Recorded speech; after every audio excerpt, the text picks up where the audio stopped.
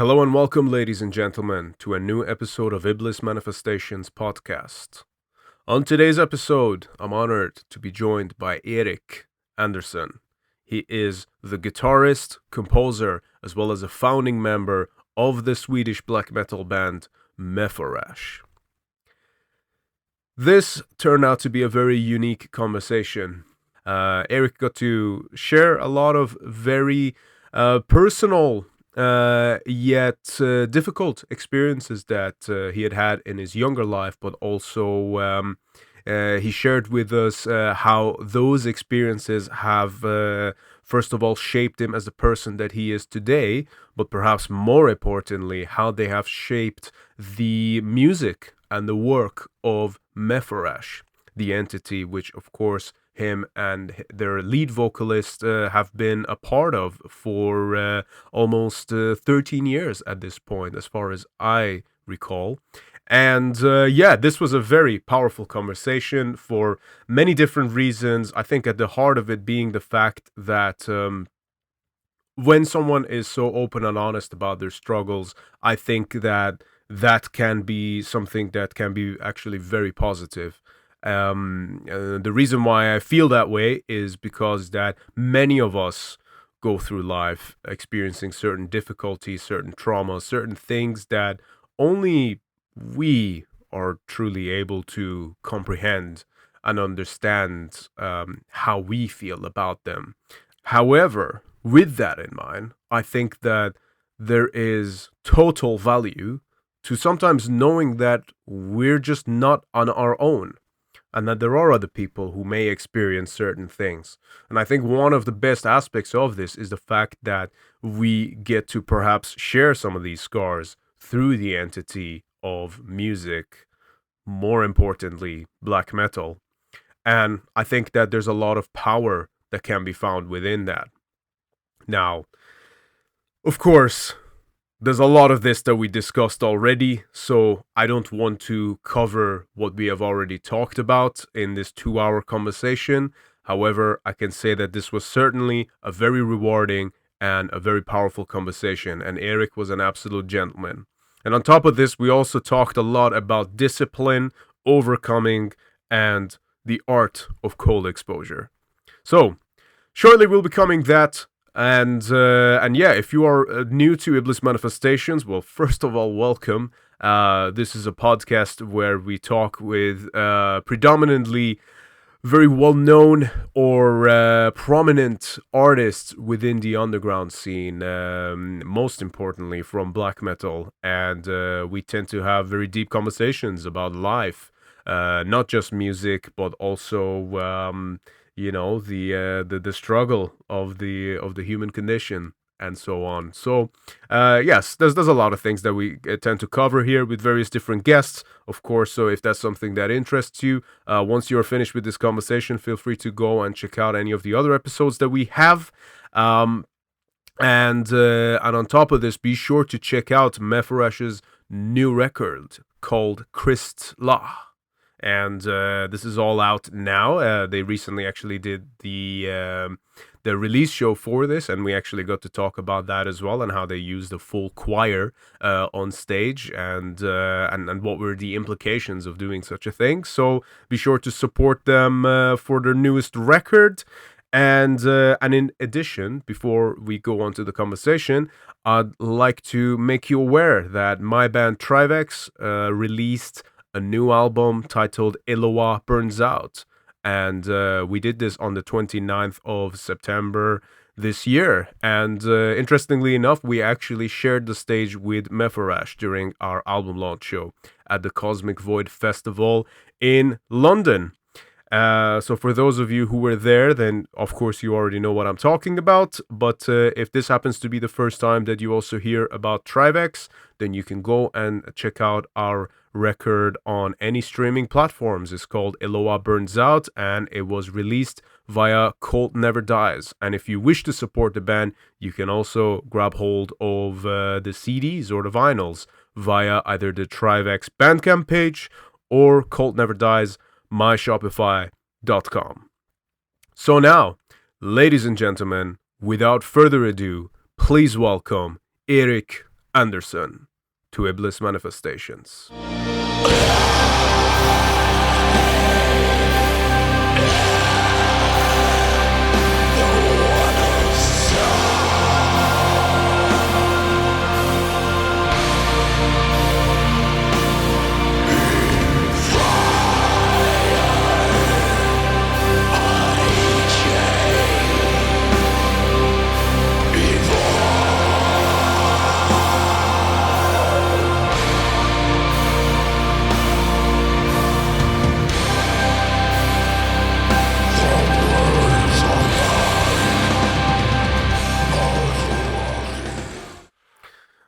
Okay, Erik, welcome to Iblis Manifestations, man. It's a pleasure to Thank have you you. on.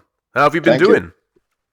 I've been doing good. I've been stressed with everything we had to do in preparations for the release of the album, and the release show that we had this weekend was a lot of work to get everything synchronized for all of that. So, but I feel very, very happy and satisfied now that everything got locked in and everything worked out as planned. So.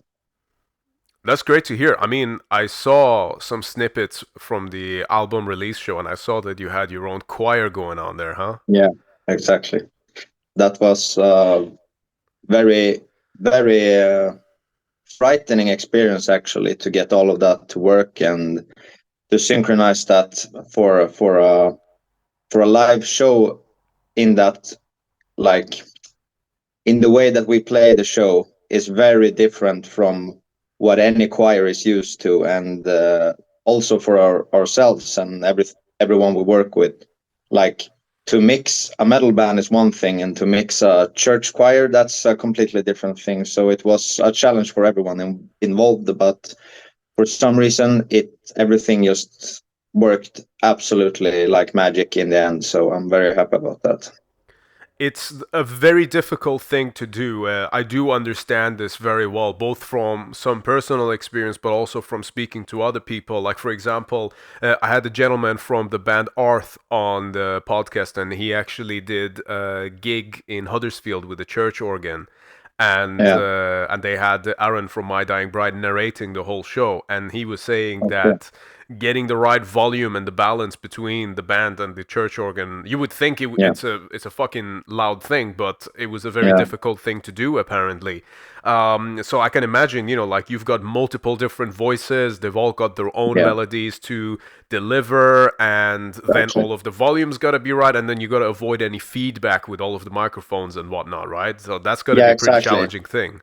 Yeah, that was the biggest challenge we had, to not get our instruments and the drums to leak too much into the vocal microphones that they had. So, but we found a pretty good solution. Like, we had a platform which they stood on a bit away from us, and we had like this big like um, drapes that we put up so that it would like dampen the sound a bit from the drums into the microphones. And they were used to singing like, you had these overhead mics for the whole choir, but because of all these feedback problems, we had to have one mic for each person that sang, and that was also like a challenge to bring all that stuff and mix every single person instead of the whole choir as one. And so Right. yeah, it was a technical challenge, but we pulled it off, and it was with a very satisfying result. It actually came out way better than I ever expected, and thankfully we have had good help from a good sound engineer and everything.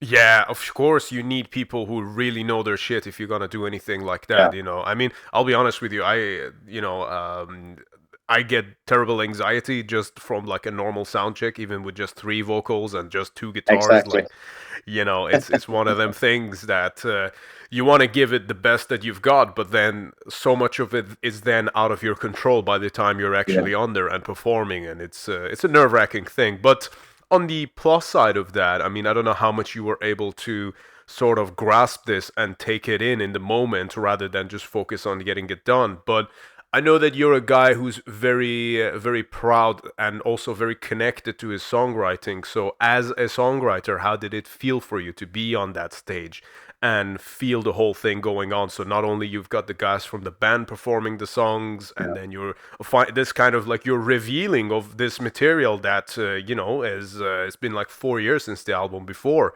and then you've got the choir going on and everything. I mean, how did you feel just going through the motions of that? Yeah, it was probably the most spiritual experience I ever had as a musician,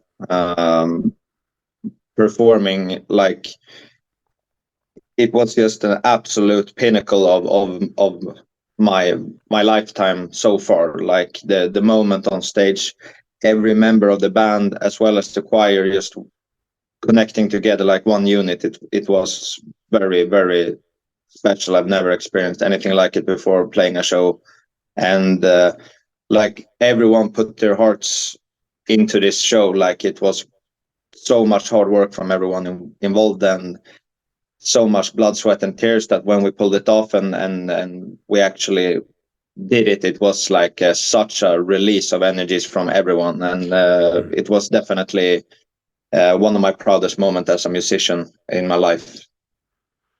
I bet. I'm very happy to hear that, man. That's, I mean, just as a team effort, when everyone pulls through together, and you can find yourself in that moment of triumph. I mean, there's no feeling better than that, really. I think one thing that sticks with me is you say it was the most spiritual experience. So, in what context exactly are we talking? Is this something that purely just because it felt more than yourself, or is there more of a specific nature to the spiritual aspect of things, as you put it? Yeah, well, I guess the whole album in itself, like the way I wrote it, is a spiritual journey in itself. Like, it delves so deep into personal conquest and personal struggle that I've had through all my life, as well as the life of the vocalist in the band.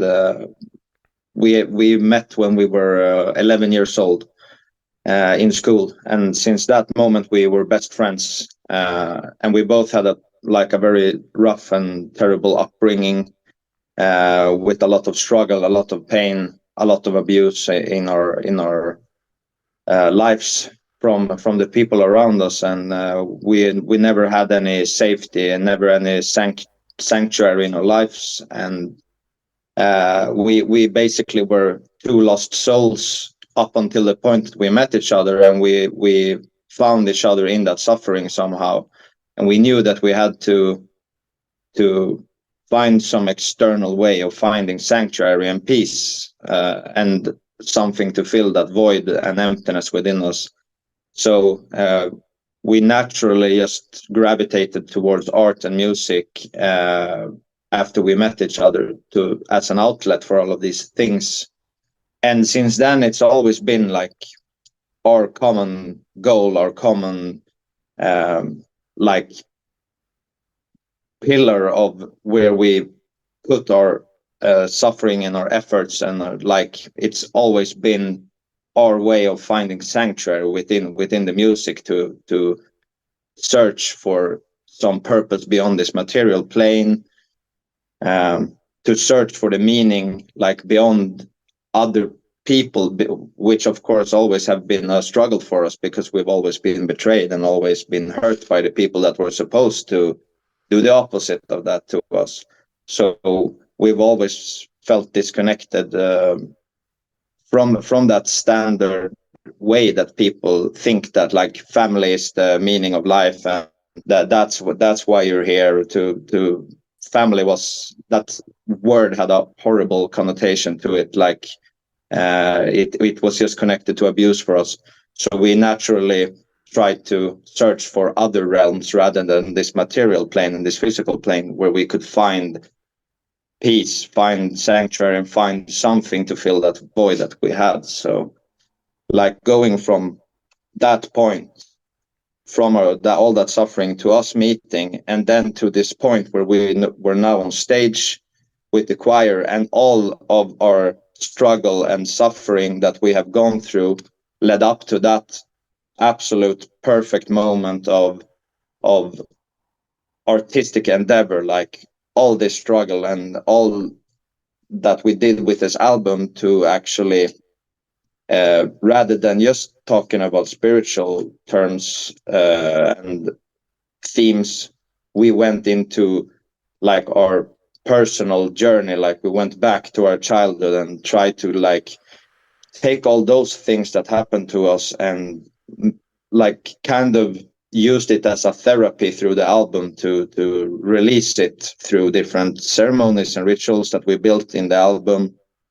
And then when we got to perform that together, the whole album from start to finish with the choir, the same choir that we recorded on the album, and we got to release all those energies that we built during our whole lives, basically up to this point. It was like definitely the closest thing I could describe as a spiritual experience, because it really took all those fucking emotions, all those traumas and everything, and concentrated it and just released it as a complete ritual out into the ether, I guess. Yeah, that's very powerful, man. I mean, I completely respect that kind of transformation. Yeah. And it felt like we weren't individuals anymore, like on stage. It felt like everyone came together as a unit, like melting into each other's artistry, melting into like the vibrations from what we created on stage, just like melted together as a single source of energy somehow. And that's always the goal as a musician, somehow, to perform your art not as an individual, but more as a vessel. Like you are all working for the same purpose, and to like release that energy as one unit. That's always the goal of a musician. At least for us it is, but I guess that somehow be the goal of every musician in my eyes. Like when you're performing together with your brothers and the ones you create all this with, you want to just be vessel of pure artistry somehow. And I felt that we reached that goal more than we ever did on this particular. Right. So you think that this is the album that you guys have expressed yourself the best. And I mean, like from what you're saying, there's so much that I am picking up from this. And this is from a multitude of perspectives here, really. I mean, if you would be comfortable, I mean, are you able to share some of those particular struggles that at least you had yourself personally? Yeah, I guess.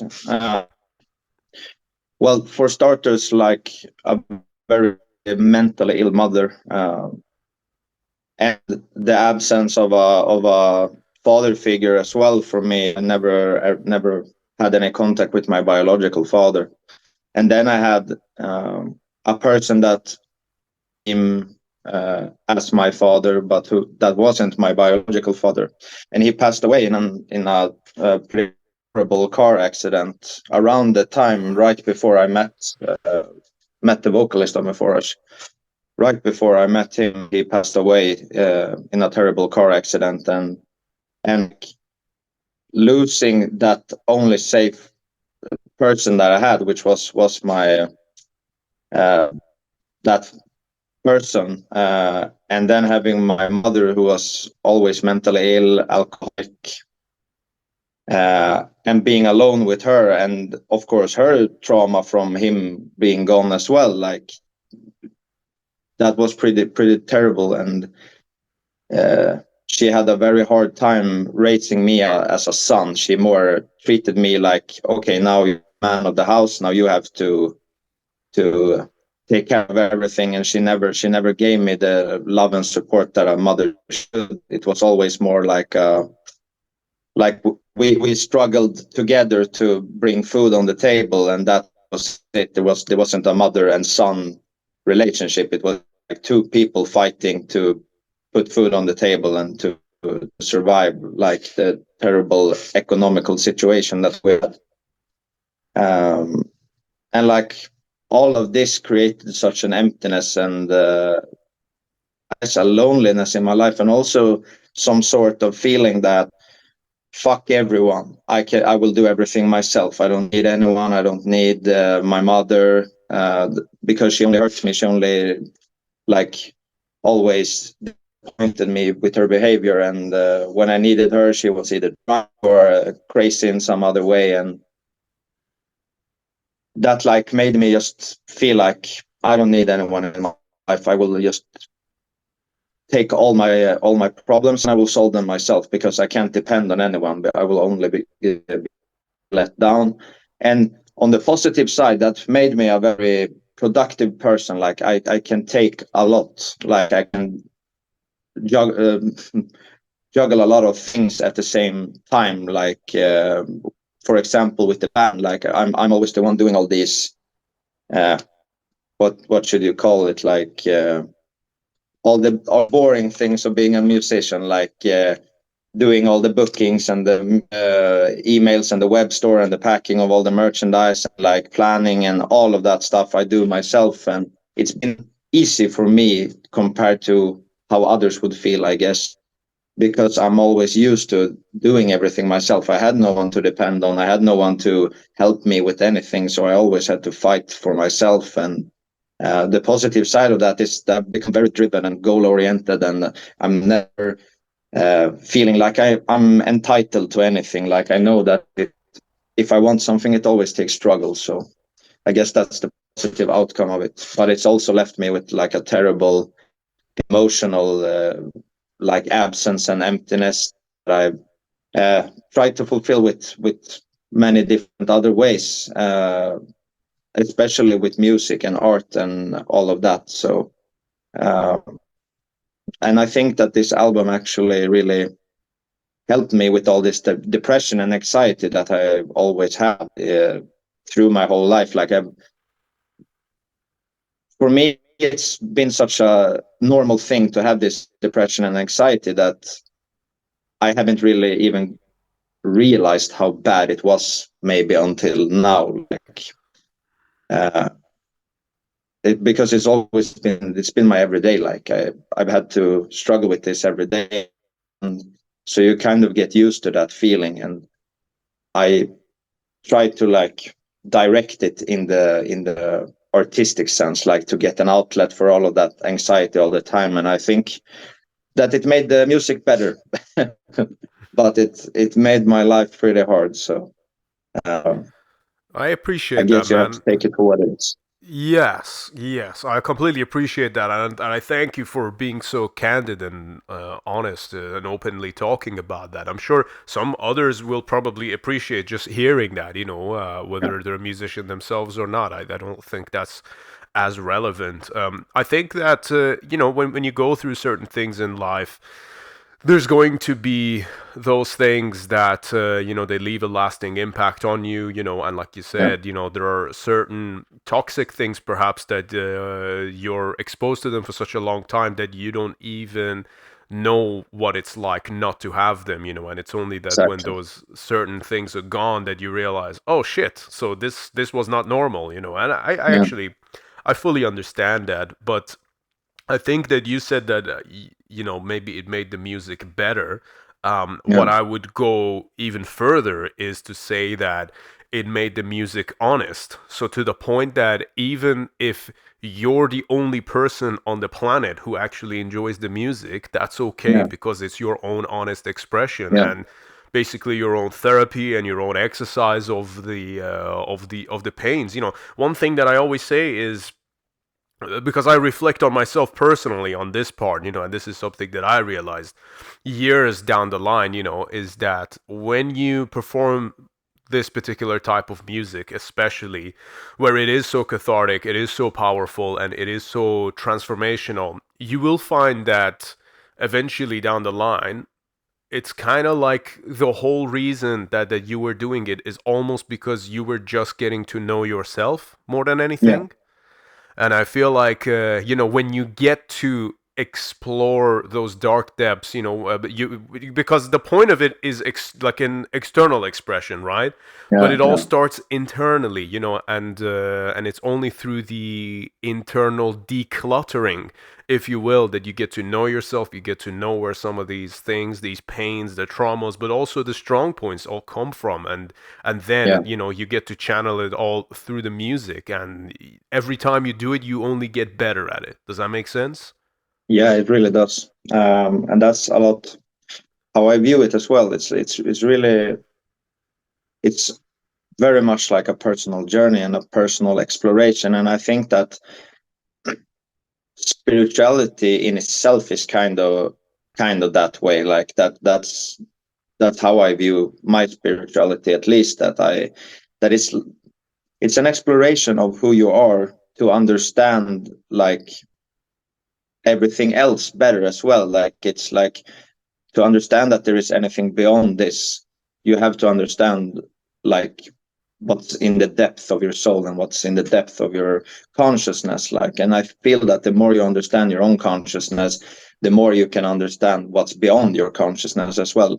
Kind of like, yeah, as above, so below. Like that word, as within, so without.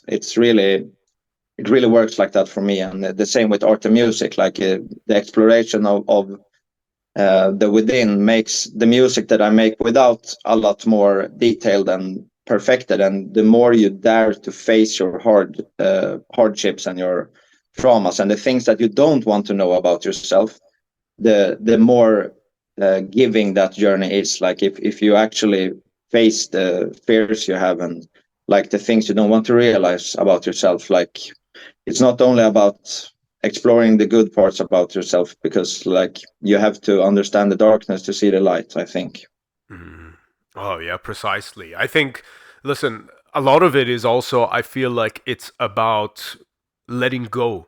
So once Yeah, you exercise it, like you can't linger on one riff forever, you know what I mean? no, And it's exactly. like the mood and the mindset and that subconscious plane that you enter when you're composing music, and especially you're finding those dark moments, which there's certainly plenty of within your own music. Like there tends to be these moments where they're quite atmospheric. There's lots of repetition, so it's almost Yeah, quite meditative, and you can lose yeah, yourself in that. And I can see the exactly. reflection that is your meditation based on just Yeah, what you're telling me here, yeah, and my understanding of just music and songwriting in general. But it's sort of like that mindset that occurs when you're going through that, yeah, and the one that occurs when you're on stage or when you're faced with this music and what it does to you.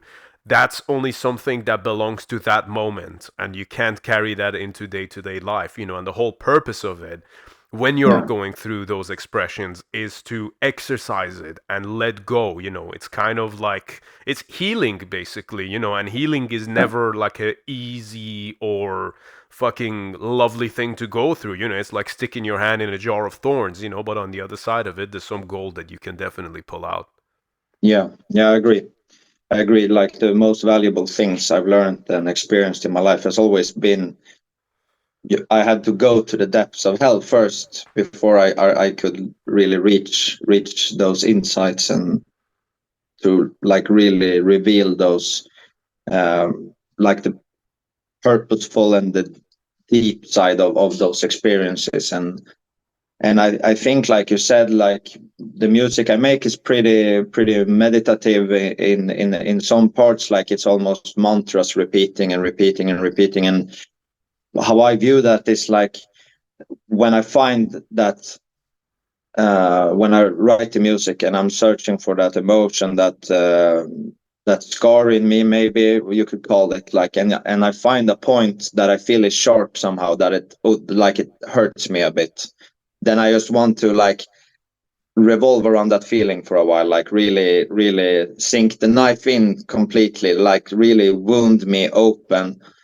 and charge that negative energy up and up and up and up, and build it like almost a breathing exercise. You just build those energies up, and then when I feel it's peaking, like when it's really unbearably painful, then I shift that energy over to something else. Like I transform the energy over to to another dimension, to something maybe more creative or positive or epic, like something that makes me feel triumphant over that feeling.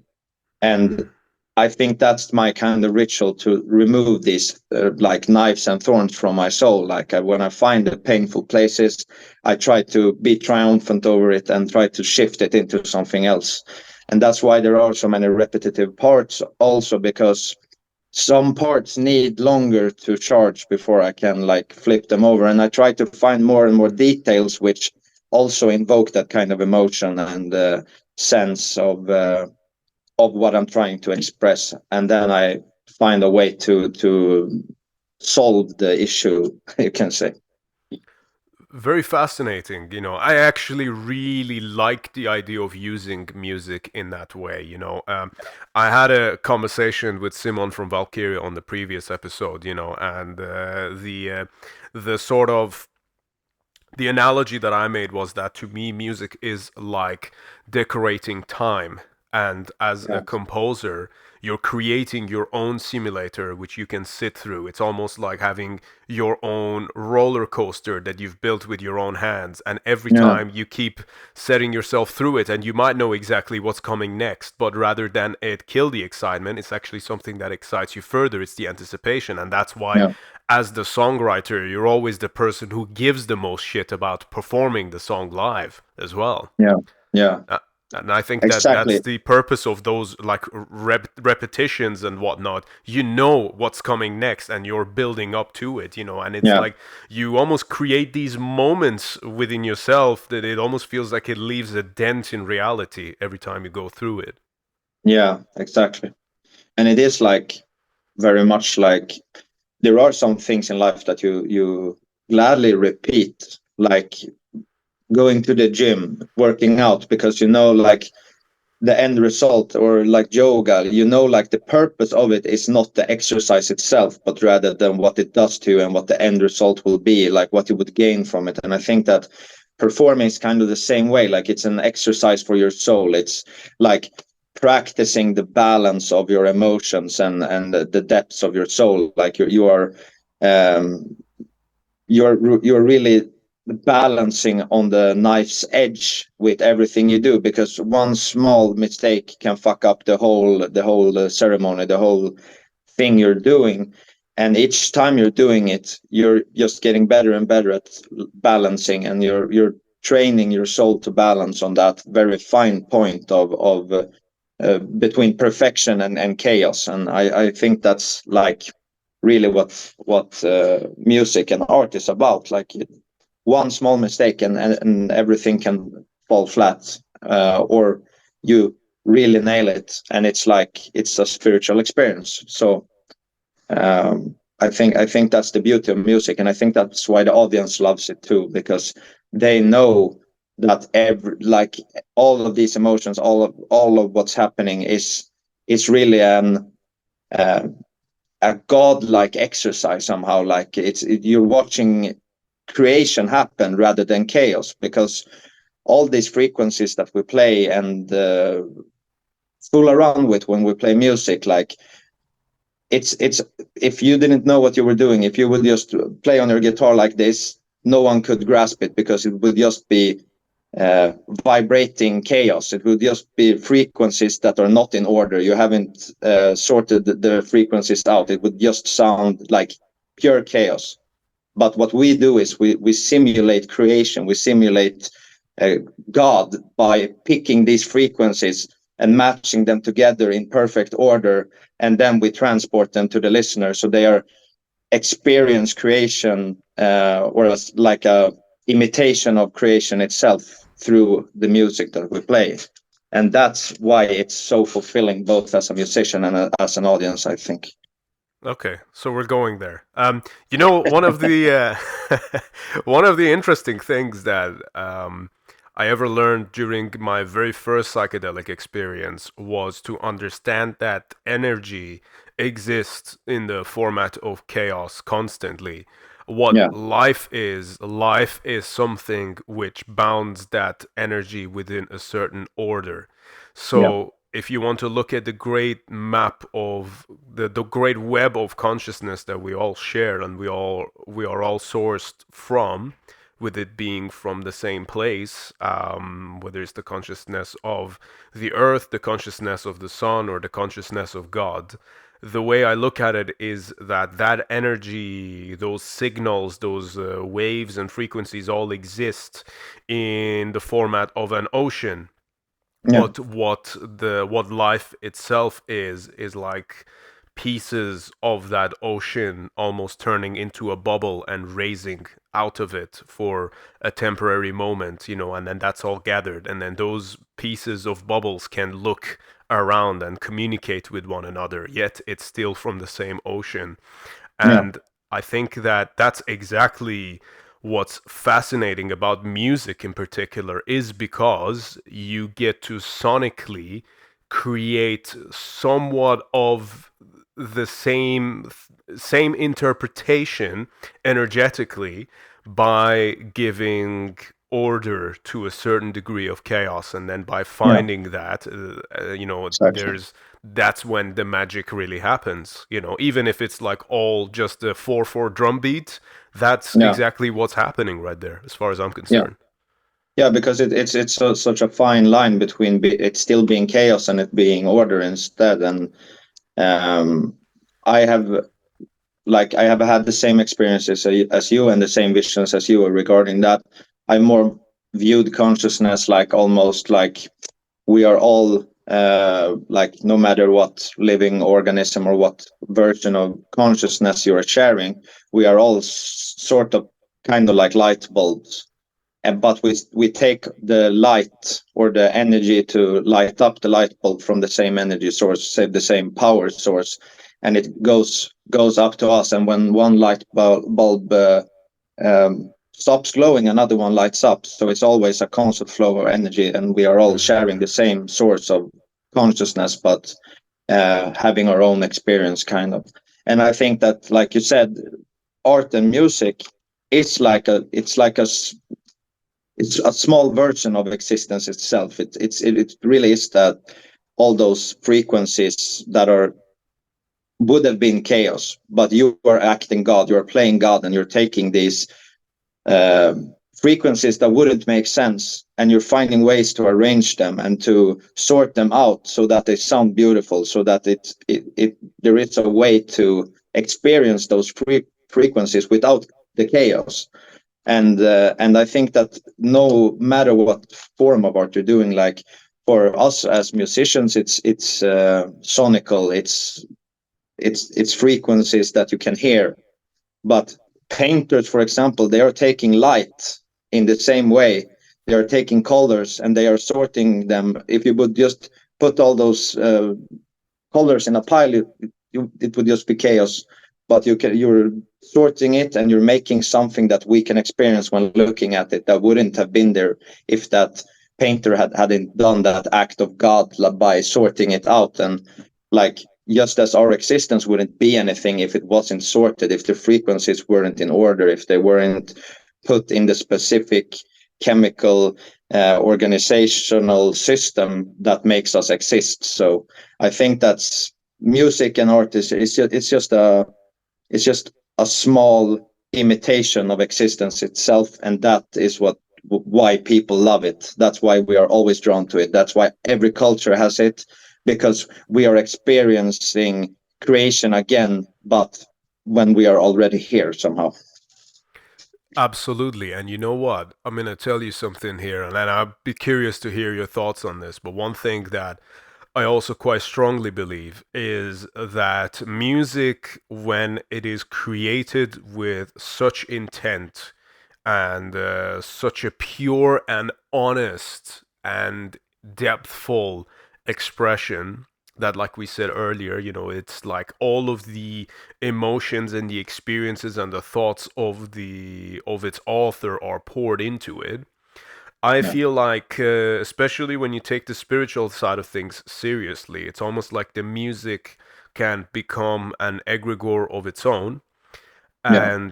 And then I feel, or I believe what happens is that a lot of times people who listen to it, if they really listen to it and let it in, and by let it in, I mean not let it in just through their ears, but let it in through their hearts, through their minds, through Yeah. their soul, it's almost like they begin to consume some of those feelings that you have put inside there. So it's kind of like that light bulb thing. So some of that light, I feel like it gets transferred, but also as artists, this is how sometimes we get to feel normal, because there's some of these energies that are perhaps very toxic, some are perhaps just really good, but whatever Yeah. it is, it feels overwhelming to carry all of that. It feels Yeah. overwhelming to carry so much emotions, as if emotions are something that you can actually weigh. And there's this almost like there's a scalability to them. Does that make sense? Yeah. And that we Yeah. run out of capacity. So then whatever's overflowing, like the water that flows out of the glass when you pour too much water into the glass, you Yeah. pour that into the music, and then other people who listen to it will take that in. But this is also why I feel like people, and again, perhaps this is speculation, perhaps it is not, but I feel like a lot of people who only listen to black metal in particular, because black metal is a dangerous thing as far as I'm concerned, and I Yeah. say that in a way in which I'm admiring it, but Yeah. it's a tool. And I think if you're someone who constantly listens to black metal, but then you're not exercising those emotions which it's giving you, Yeah. perhaps you might have a background history of your own with emotions and life experiences, but I feel like those people can actually be more depressed and more angry and more upset because they're constantly eating the emotions of these artists that they're listening to, you know. Yeah. And I think that's why it's important to me. It's like black metal is like snake venom. You Yeah. gotta, you know, you can inject yourself with it in like small doses and you'll build tolerance, but Yeah. if you do it too much, then it'll build up toxicity and you will become poisoned from it. So Yeah. that I don't know how much, as an author who as an artist who pours so much of themselves into the work that they do, and you obviously, Mephorash is very personal to you. That's quite evident. How do you feel about that analogy and that whole sort of situation, if you will? Yeah, I can agree to that. Like, I've been I've been almost at that point myself where I've instead of handling the emotions and the issues, I've almost drowned in them instead, and not only through my own music but through other black metal music as well. Like, it's almost such a like a painful and destructive atmosphere that, like, you almost want to drown in it. You almost want to go down that path of becoming more uh, depressive and more like corrupt within yourself somehow. It's like it's almost addictive in a way. Hmm. But I also think that if you can balance that, if you can use use the power of this genre in the right way, that you can become very powerful in your spiritual journey. And that's why I gravitated towards black metal, because I think that's the only genre that actually allows basically anything. Like, it's open to anything, and it also has uh, the depth to really express yourself musically like no other genre has. Like, you can like we do, we take a lot of orchestral and classical inspiration to our music, and use these old liturgical ways of expressing the sounds and everything, and the ritualistic aspect. And I don't think there's any other music genre that really allows for that in the same way as black metal does, and also allows you to uh, handle these spiritual subjects in this depth. Like, so I think that black metal is the most versatile genre for this kind of uh, deep work. Like, you're allowed to handle the darkest sides of your soul within this musical genre, and there's not many others that would allow this. Oh, I 100% agree, especially as far as its versatility is concerned. I could not agree more. It's so much more than just a musical genre, it's more than a culture. It's almost this thing that you can't even really describe, I feel. You can only just experience it.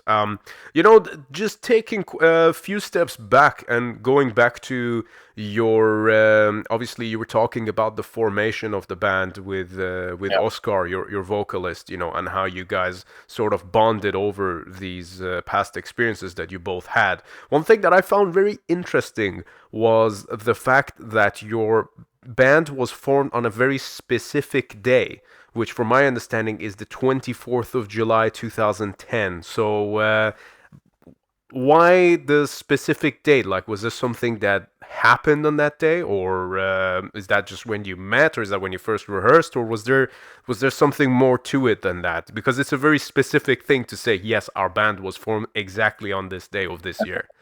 Yeah. I guess the reason for that is that we, before that point, we dabbled a lot in music and different. We didn't really have a consistent idea of what the band should be.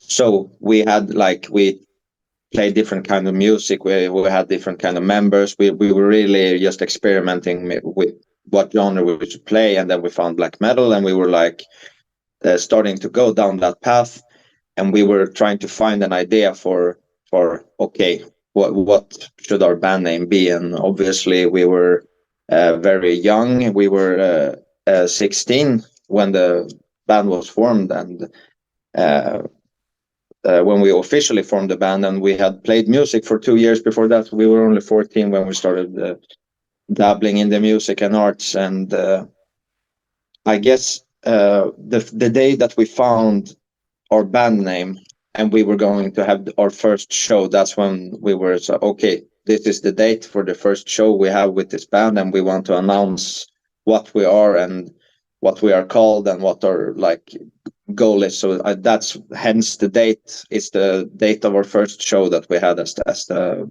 band. Mhm. So that's why we said that specific date. Sure. No, that's very cool, man. And I think the thing that's quite interesting about Mephorash in particular is just the fact that, there's the music, but then I feel like music is not just one aspect of the band. I feel like it's sort of it's like a whole world of things that you get to experience. I feel like there's so much that goes into the aesthetics of it. There's so much that goes into the lyrics. There's so much that goes into the reason behind it. And obviously, as we're finding out more just from our conversation here, Yeah. there's a lot of very personal things attached to it as well. But generally, other than, let's say, the personal intent side of things, if we're going to try and delve into the concept of the band, of particular albums, even of what the stage show even looks like, or why it looks like a certain way. I mean, how much can you actually dissect the concept that it is that's presented through the medium of the band? Yeah, well, I guess that it's something that's very hard to specify just simply because it's always evolving and it's always changing, and we're always finding new ways and tools to express ourselves. And I guess the core of everything is why we are using uh, these many aspects is because like we talked about before, this is a uh, form of exercising the control of chaos. And I think that since our lives have been defined by chaos, that we want to control as many aspects of it as possible. We don't leave anything to chance, and we really try to find every single aspect of how we can find a way to express the things we are trying to express. We don't settle for anything less than a perfect transmission from me as an artist to the one who's listening. I want the listener to really experience what I'm trying to express, and so we are always searching for new ways to uh, grab the understanding of the one who's listening. We don't only want it to be the music. We want it to be the visual aspects, and even the smell during the shows. We have certain kinds of incense, and we are doing different kinds of rituals on stage, and we are using bells, and we have like, we want to really fine tune every single detail, every single frequency that you see and hear and smell and touch and feel, and all of that, to really be in tune with what we're doing. And that's also why we are changing our stage appearance with every album, because the clothing for the last album was specifically to induce the emotions for that album. So for this new album, we needed to refine our appearance to represent the music of this new album. And for the next album, we will change it again. And it's tiresome work and very expensive work, but it has to be like that for us. We that's the way we do it, and that's very important to us, that every detail, every aspect of what we are doing are representing the era that we are in, and our the point where we are at in our personal spiritual journey, both as regular everyday people and as artists. So we are trying to always like take one step towards expressing ourselves in a more high resolution way to everyone who's listening, I guess. I think that's very interesting. And you know what? I always only have respect for people who take their craft as seriously, and it's always a case of, substance over logistics as well, if you will. Yeah. And I remember talking to you about that briefly outside the Cosmic Void when we shared the stage together in London. And I like that approach a lot, man, and I think that's really it's kind of like you're painting your own legacy, but then you're also just, as I said, you're adding all these multitude of dimensions just to the experiencing of I guess observing the work of the band. So take us through, I guess, the emotional aspect of the newest album. I mean, what is it that you were really trying to achieve with this one? And then there's always obviously the video as well, which we will get into, but just the album as a whole. I mean, take us through it. What's behind this one? Yeah, so I guess what we did differently for this one is that before we were more exploring externally subjects that were still affecting us personally, of course, but we were more grasping upon like the thematics and the things that were outside of ourselves. And for this album, we really went the other way around. We went really into ourselves. Instead of like finding external tools, we took the internal tools and we tried to paint around those things instead of trying to finding external things that would describe what's inside. So every song is really handling some part of ourselves, some experience, some journey, and the album is really you could say like from birth to death, like that's how the album is meant to be experienced, like from the birth of ourselves to the death of ourselves somehow. Like you are always the soul is always, I guess you could say, living and dying in cycles. Like you're going through small births and deaths through your whole life, and we wanted this album to be kind of representing of that. Like it's the birth of ourselves as well as the death of all these things we have gone through. Like it's supposed to be like a ceremony that invokes all these emotions, all these traumas, all of that we went through, and then in the end it should represent also the end of those traumas, like we have handled it, like we have gone through it. Like it's a psychedelic experience to really go through all these emotions and get closure on them, you could say. And usually I don't like to speak about these things because I think that the listener should have their own interpretation of the album. It shouldn't be necessarily what we believe or what we think, or that is not relevant, I think, to explain to the listener. But Sure. I think this is like an in-depth talk between you and me, so I'm going to handle it like that, like I'm talking to a friend, and then whoever listens can understand it in their own way, I guess. But Of course, the but album, actually, like for me, I actually appreciate hearing that, because now obviously I'm making presumptions here. Yeah, you want people to observe art for themselves, and obviously everyone will have a different perspective. But to yeah, me, knowing at least that particular aspect of the concept actually makes it more interesting, because of I believe it's between the first two tracks where you've got the baby crying sounds. yeah, Now that makes a lot more sense to me. yeah, And I'm guessing that's exactly. why that's there. It's the sign of birth, right? Yeah, exactly. Yeah. That's the point behind that, and it should really be interpreted in that way, or I hoped it would, like, at least spiritually feel in that way, like it's like you're being born, and then in the end you are passing away, like the like you are transported and becoming a part of the consciousness of what Mephorash is. So you are being born as a vessel into Mephorash in the beginning of the album, and then in the end you die, and Mm. the only way to have the experience again is to be born anew and then die again. So it's like when the album ends, that experience dies with you, kind of, and then you have to revisit it and being born again, just like cycles of life somehow. Uh, and that's what we went through. And there are many dimensions to these symbols of birth and death. Like the last track of the album, I wrote as a hymn to my father who died, and the lyrics are written about him, but not in a direct way.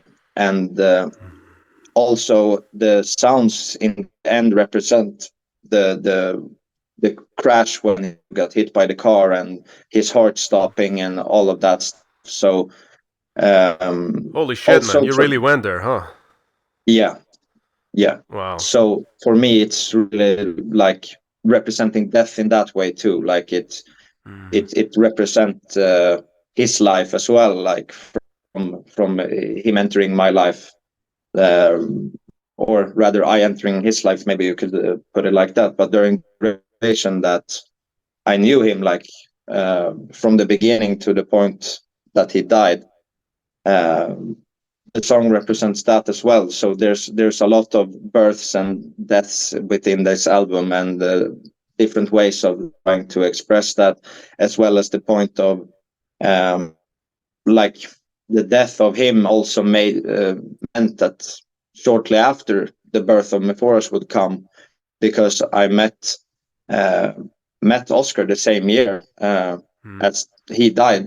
So it's like that was, if you're talking about that light bulb symbolism, when his light died, the new light with Oscar appeared in my life. So it kind of, that force went into manifesting Mephorash in the end, because the trauma of him passing and all of that gave me so much inspiration. And also he was the one who always told me, like, art is the most important thing that humans have. My father always told me that.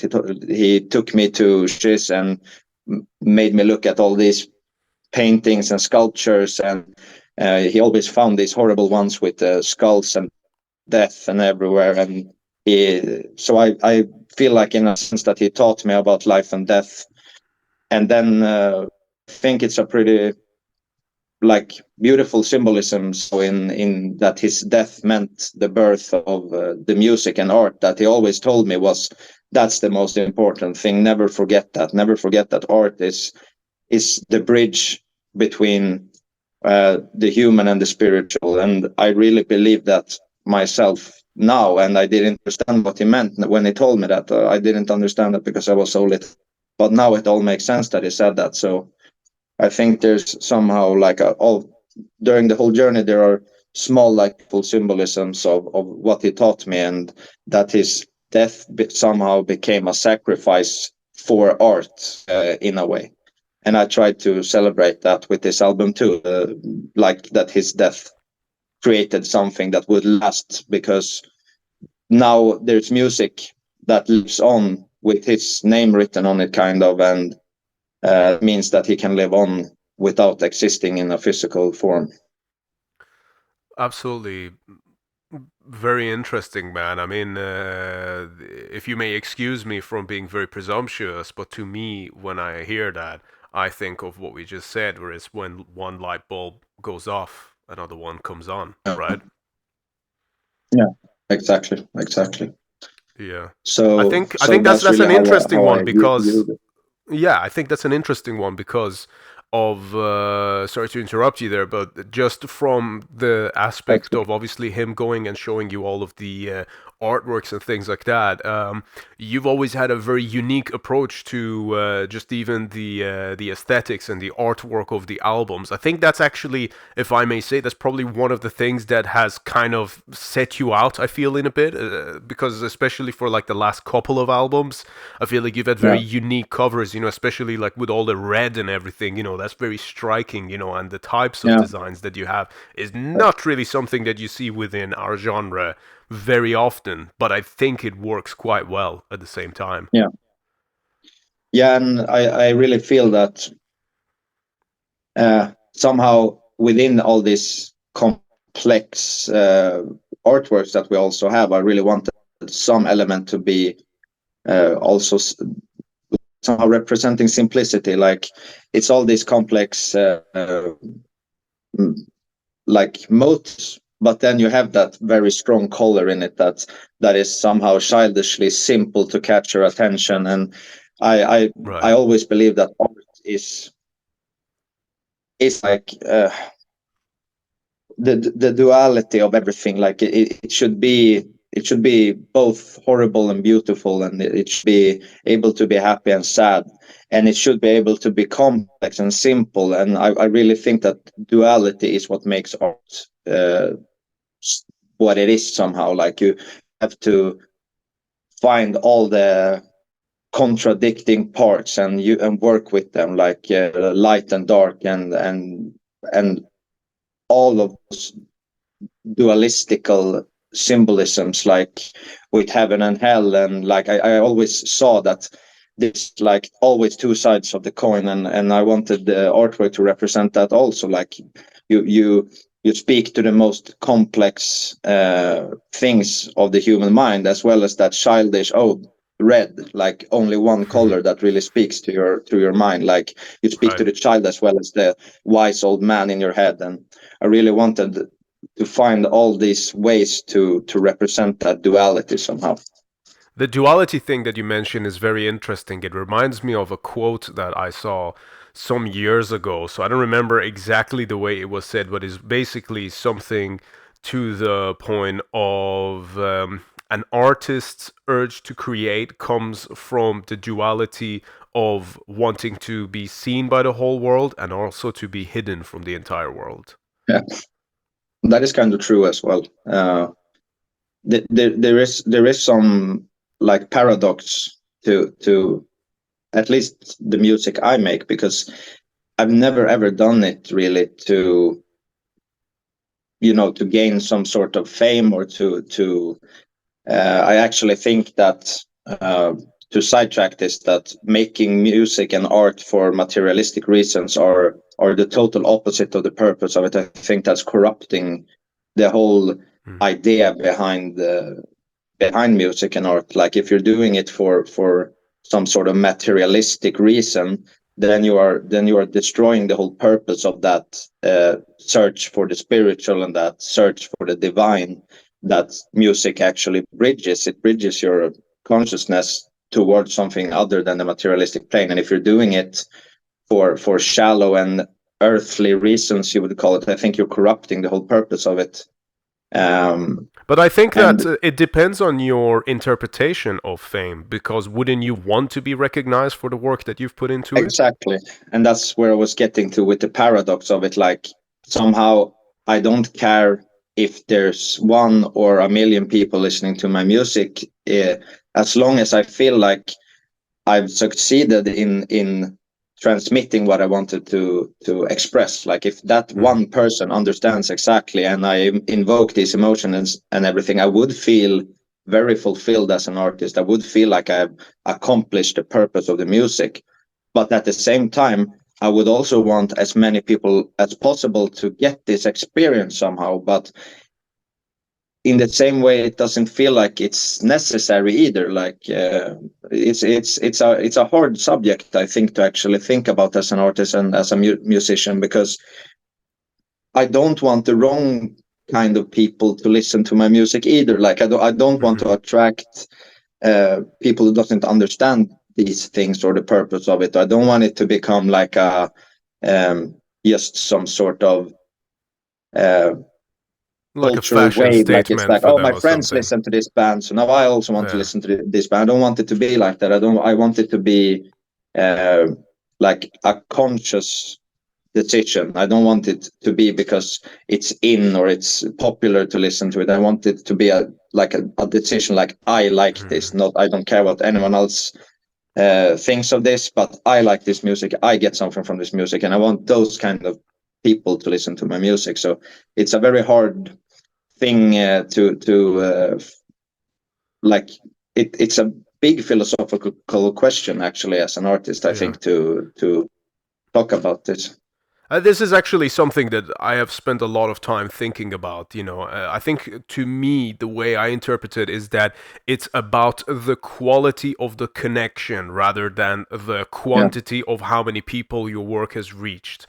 So let's say, like you put out what it is that you really mean, and it's all about the expression. And then if it happens to connect with one or two people, great. If it happens to connect with 10 people, but really connect, they're great. And if that number grows, that's a fucking win. And that's actually my approach for not just the music of Trivex, but it's the same for Iblis Manifestations and the podcast. It's not about the numbers, but it's about all of the people who send me essays in my inbox, about telling how certain episodes or certain conversations meant something to them, or all of the interactions that I have in person. That connection, I think, is what is the thing that we're really craving. But ultimately, I feel that as an artist, like you say, it's a bit of a paradox. I understand that. I think what we really should be focusing on is just acknowledging the fact that it is first and foremost for ourselves. Now, if anyone else wants to come and take something away from it, then that's great for them. The way I always put it is that it's like creating music and putting it out there is like setting out a buffet of emotions. It's up to people if they want to come and enjoy it for themselves or not, but the important thing to me is to make sure that it's out there. Now, if people want to come and enjoy it, if they want to enjoy parts of it more than others, that's up to them. You know what I mean? I agree. And the one other paradoxical part about it is that we somehow have to fit this this way of thinking and feeling about art into a capitalistic system. Like we have to push the music into this capitalistic system somehow, and that makes it very paradoxical in how it's treated by other people, like by the industry, by the record labels, because their approach to it is, of course, not in total, but it's definitely a big part of it, that they want it to sell. They want it to be like financially viable and like all of these things. And for me, that's never something that goes into why I make it. Like I don't care a single fucking damn about any money. And me and Oscar made a pact when we started this, that we would never ever take out any money personally to aid our personal lives. All the money that comes into the band will always go back into investing into making the band better. And that's a pact that we're holding. And one reason for that is because I think it's like a very hard thing when you're becoming the band gets more popular. And I've seen this in so many bands, that once they get a taste of this fame and the money and all of that, somehow the the spiritual aspect of it gets corrupted and it goes away somehow. Like you can really almost feel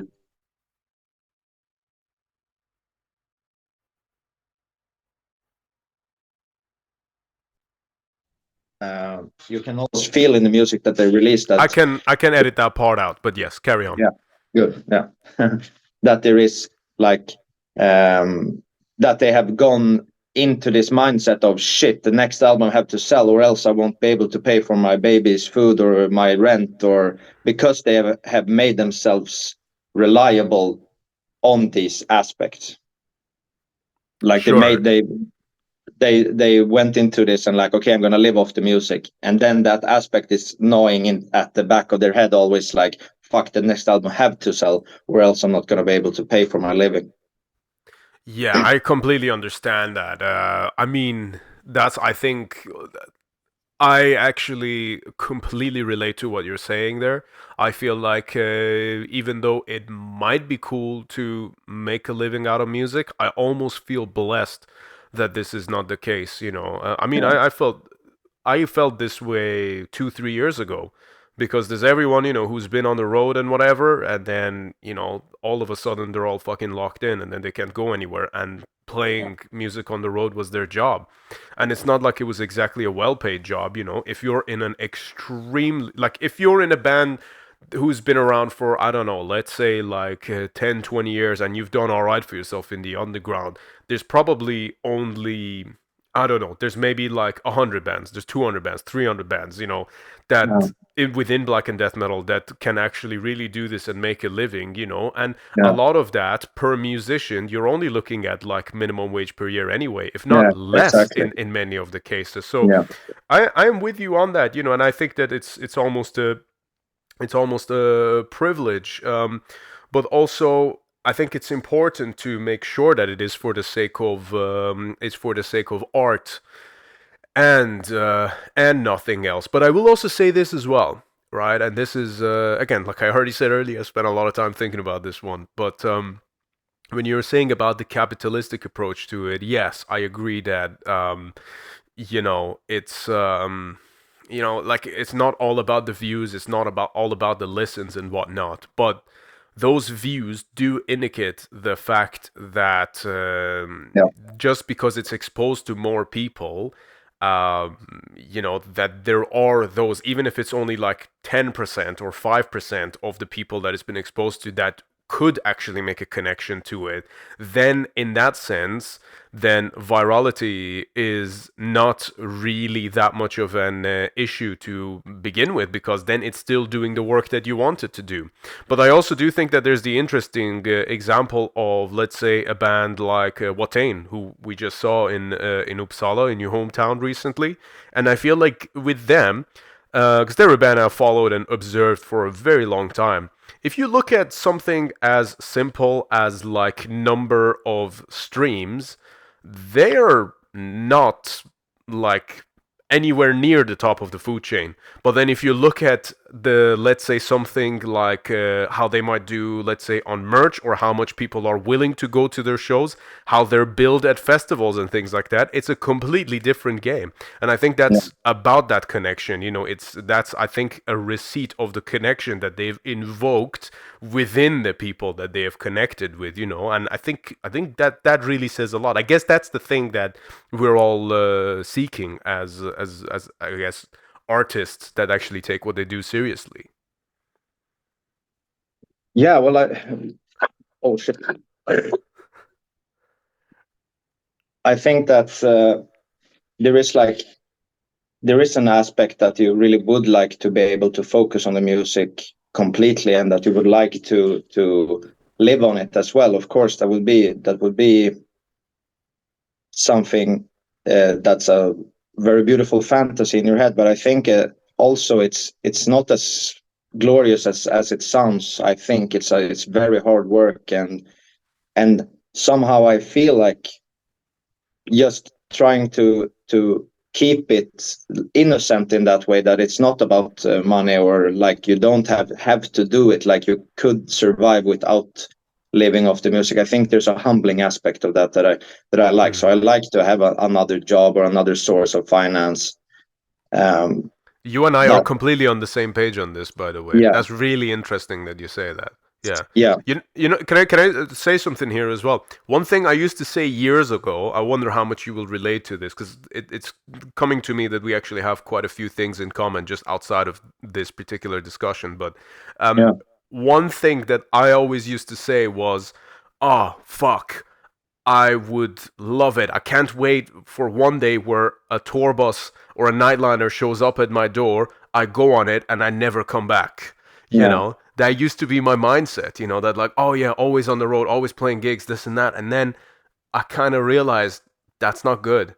That's not No, good for the thing that you're trying to do with the band, and it's not good for exactly, you as a person, and it's not good for your life. It's a very interesting exactly. realization that I had. So to your point, I actually think it is good to have a job outside of it, just to become humble and not let the Yeah, toxicity get to your head. You know what I mean? yeah, exactly. And I think that there's also there's another dimension to that stuff as well. Like, you don't want to water your soul out too much. Like, I don't want to become a band that, I won't say any names, but there are some bands that, like, if they're playing in town and you're asking your friends, like, should we go and watch this band?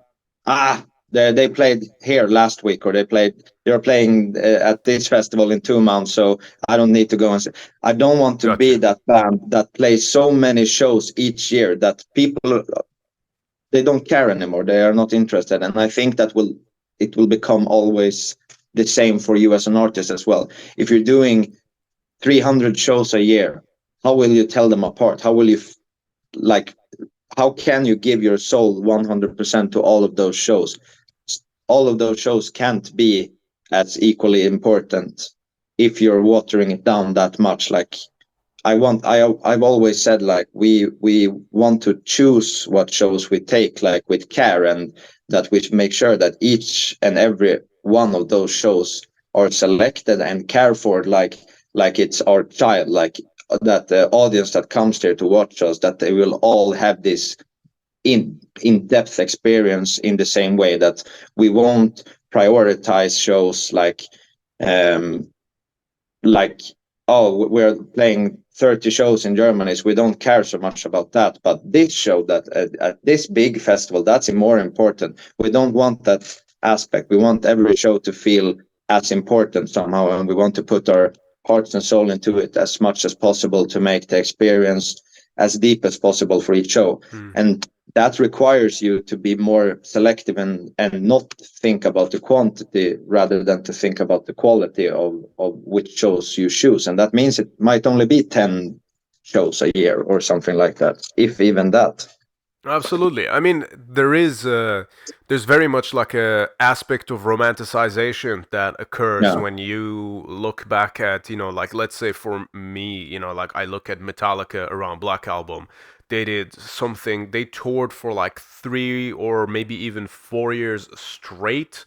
yeah, And it's not like some of the shows that we're doing were club shows, were, bad, like ticket sales. Literally every fucking show was like a sold out arena all across yeah, the world. They did something like over however many, like I think they did something like a couple hundred shows at least in that yeah, time. And every show is like sold out arena with thousands of fucking people, and they're doing like yeah, 2.5 hour shows. Some parts of it they were doing like, what was it, 4 hour shows or something like that. So fucking something fucking stupid and just like incomprehensible. And yeah, to me it's like, I mean, first of all, that's like a once in a, not only just once in a lifetime, but that's like once in a existence type of a yeah, situation, you yeah, know. But then there's like the and then you hear all of the shit that happened to them, and there is that kind of part of you that's like, if you wanted to imagine what ultimate success would be, it would be doing that. But then you think, is that really what you would want to be doing? You know what I mean? Like, where you hear like they all went through like the most amount of divorces and things like that. And yeah, there is yeah, some truth to it. Yeah, you would want to go do something like that. It'd be cool as fuck to just own the world like such a way that they did. But then, yeah, there's always like there's always two sides to every coin. And in our world, in the Saturnalian nature of the world that we live in, there's never yeah, solutions. There's only trade-offs. And I think yeah. that's the way to look at it. Yeah, everything has a price, and I think also, like, does these things, like there is one aspect that is the human side, like that urge to almost like a bucket list thinking, like, yeah, of course I want to tour all the arenas of the world, because that would be a big feat, that would be something to brag about. And then you have to ask yourself, does that really get in line with the spiritual goal that you had for the music from the start? Like, of course, the human aspect of me would love that. It would feel empowering, but does that actually give me something in the long run? Does that actually uh, get in line with that spiritual aspect and that idea of really perfecting the art in itself? Like, does it help that or not? And I don't think it does in my case. Like, I would have less time to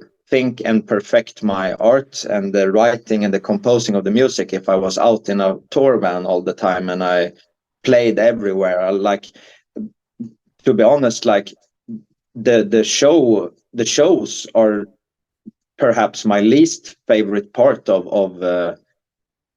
being an artist. Like, it's hard to say that because I love it so much also, but Mhm. the actual writing of the music is my favorite part. That's where the real crazy stuff happens to me. Like, the whole journey from starting to write a song, starting to get the idea of a Mhm. song, and then like working hard all these years to perfect it, and being like a blacksmith, just hammering away at it and trying to get it sharper and sharper and sharper, and getting all the rough edges off it, and really finding that, and working together with Oscar to do this. And we are like I feel almost that. melting together. Like, that's that's my absolute favorite part of being an artist.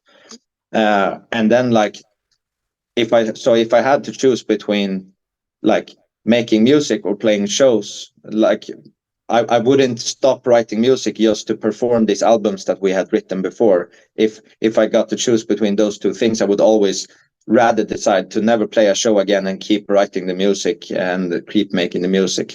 So for me, it's not a valuable trade-off to become a super touring artist somehow, because I think it would take away from the composing. And that's where I want to find a balance. I want to find a balance between being able to do and perform my music as much as possible without it starting to eat away at the time and focus for writing and getting inspired to write new music. Absolutely. And I wonder how much you will relate to this, but I think a big part of it is also it's great to have your art as a vessel, whether it's the Yeah, live shows, whether it's the even if it's in a touring situation, or whether it's spending time in the studio. But as much as it's a powerful expression, it's a powerful outlet. I think that, and I've had to learn this. This took me many years to figure this one out. But as a man, you cannot let that become an excuse to run away from responsibilities. of course, of course. And I think that's like a huge part of the spiritual journey as well, like to take responsibility for your shortcomings and for your issues. And like, I think, like, you really, to become a powerful soul and a powerful person, you really have to be brutally honest with yourself, and to be Mhm. like really responsible for whatever you are, and to not try to like put on a mask to other people that you are something you're not, and trying to build an image of yourself, or trying to portray yourself in the way that you seem favorable. I think it's like honesty somehow that creates the real magic. And that's also kind of what we wanted to do with this album, like for it to be a really honest and vulnerable, like, representation of our souls and all of our shortcomings and problems that we've had and everything. And like, it should be flawed in a perfect way somehow. Like, the album should be a perfect representation of our flaws. which is an oxymoron in itself to say that, but that's the kind of emotion we wanted to portray somehow, that striving for perfection through our faults is the goal of our spiritual journey somehow. It's the process of growth, and Exactly. I think that's exactly what it contains. Obviously, I don't want to forget about this one, so I did still want to ask you about the concept of the video as well, because it was really fascinating, really interesting. It's almost like this kind of psychedelic experience. Not kind of. I mean, basically, at the beginning, you've got the character in the new masks and makeup and everything that you've got, basically taking in what at least appears to be, let's call it, plant medicine, and then getting transformed into this other realm, this like hellish thing. So I'm very fascinated by the concept of this. I know that you obviously like people to watch it for themselves and perhaps take away their own interpretation, but how much of the concept can you actually sort of reveal to us, or what was the thought behind the video? Yeah, well, of course, like you said, it is representation of a introspective ritual, and that you are ingesting a plant medicine to expand your consciousness, to really dive deep into the depth of your soul and your emotions and your mind, to really expand your consciousness. And the song in itself, that's the most personal song to Oscar, our vocalist, because it handles the aspect of his troubled youth, and him being very abused by his mother in particular, like a lot of physical violence and stuff that has tainted his childhood. And that song is a representation of overcoming that, like fighting through that and surviving on the other end. And the video in itself is supposed to represent him going back into the depths of his mind, to those moments, and to take that traumatized and abused little child within him, and sacrificing it to become stronger and to grow and to come out on the other end as a whole person.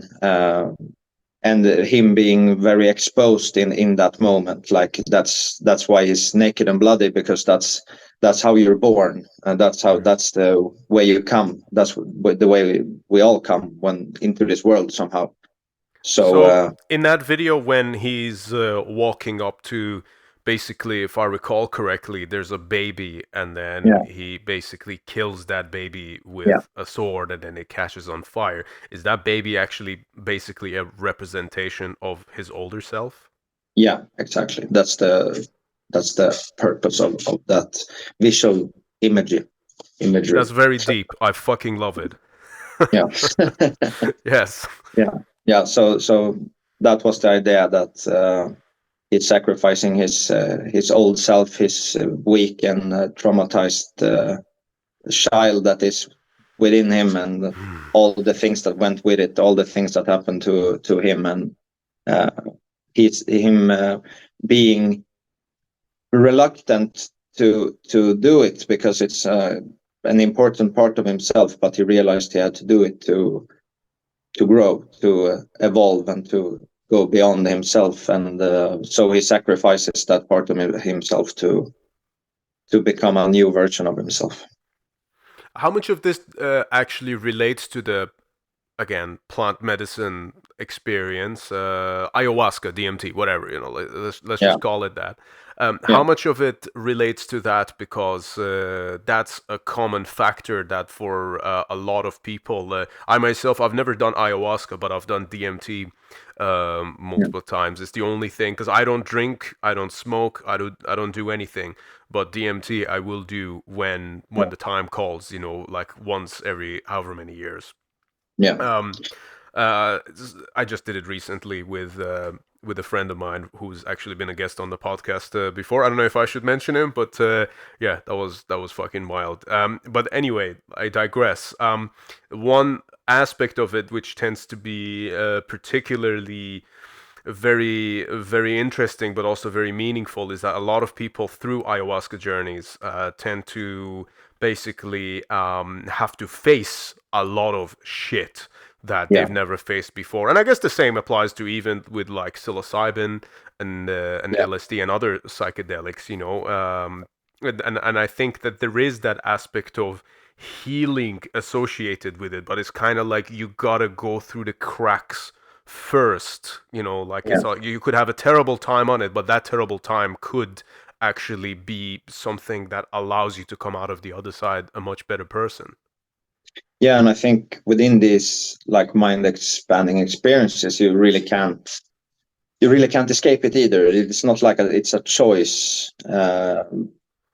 You don't get to decide what you will see and what you will have to deal with. And I think that that's both the horrific and the beautiful part about experiences like that. That it's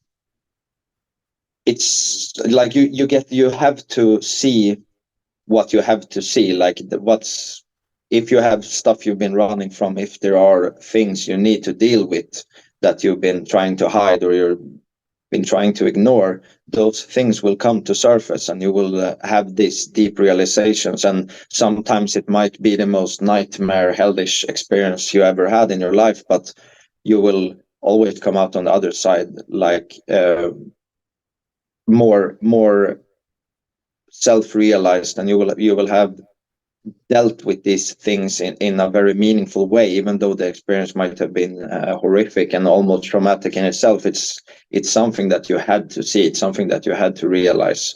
And sometimes it's also the only way that you actually do realize these things that you've been putting away for so long, and you've been struggling, and you might want to get out of some emotional barrier, but you can't. But in that moment, you actually find the way out, and that's what the video also wanted to represent, like this sacrifice to go into hell, like to risk it, to have these horrible nightmarish visions, perhaps, and that like when you're balancing on the edge of doing that, you know that you have baggage in your and baggage and trauma, and that makes it very scary to go into some experience like that. But when you do decide to do it and you sacrifice and you take a leap of faith into something like that, you might actually end up coming out on the other side as a stronger, more powerful version of yourself, and you might actually find the strength to sacrifice the weak parts in you for that cause.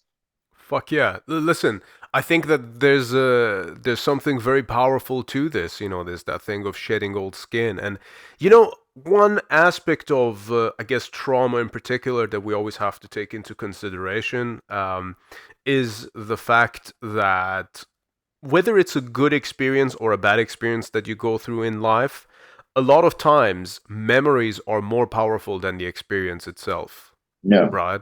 Because that's something, it's almost like the experience itself is just the ground, but then in our heads, we later go and build a castle on top of it. Now, this Yeah. can be when you reflect on, let's say, a relationship that you had with someone, you know, let's say with like a girlfriend or something.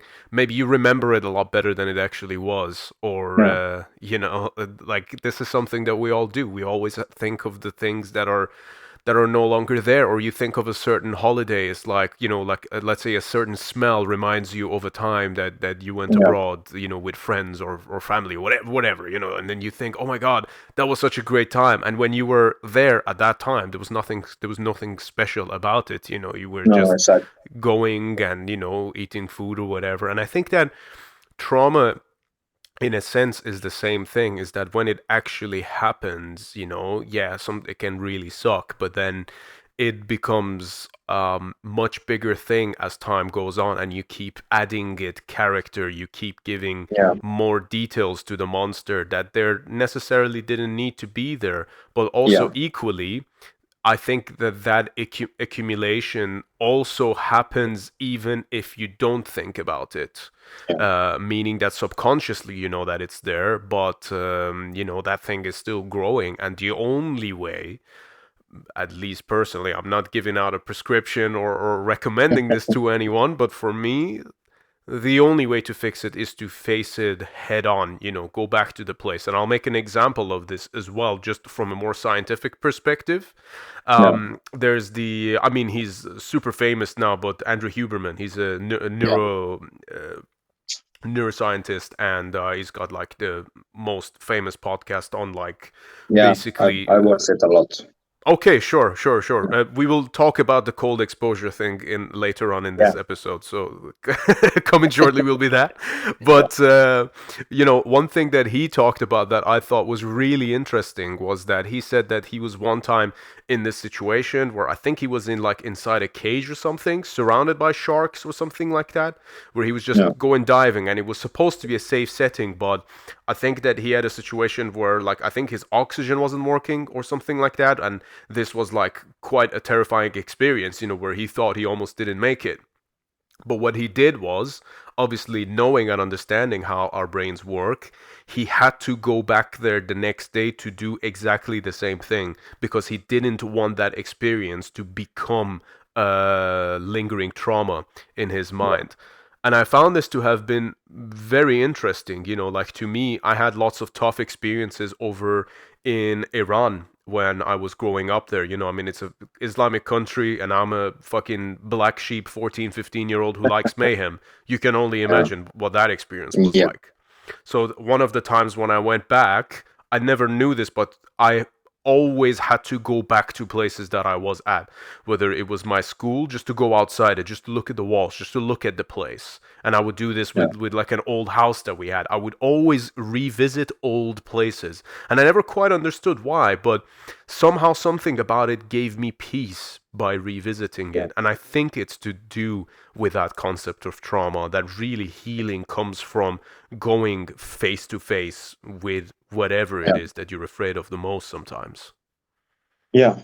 Yeah. And I think that like searching for discomfort is a very powerful tool to make you stronger as well. Like choosing, like instead of always searching for that comfort, always the easy path, always the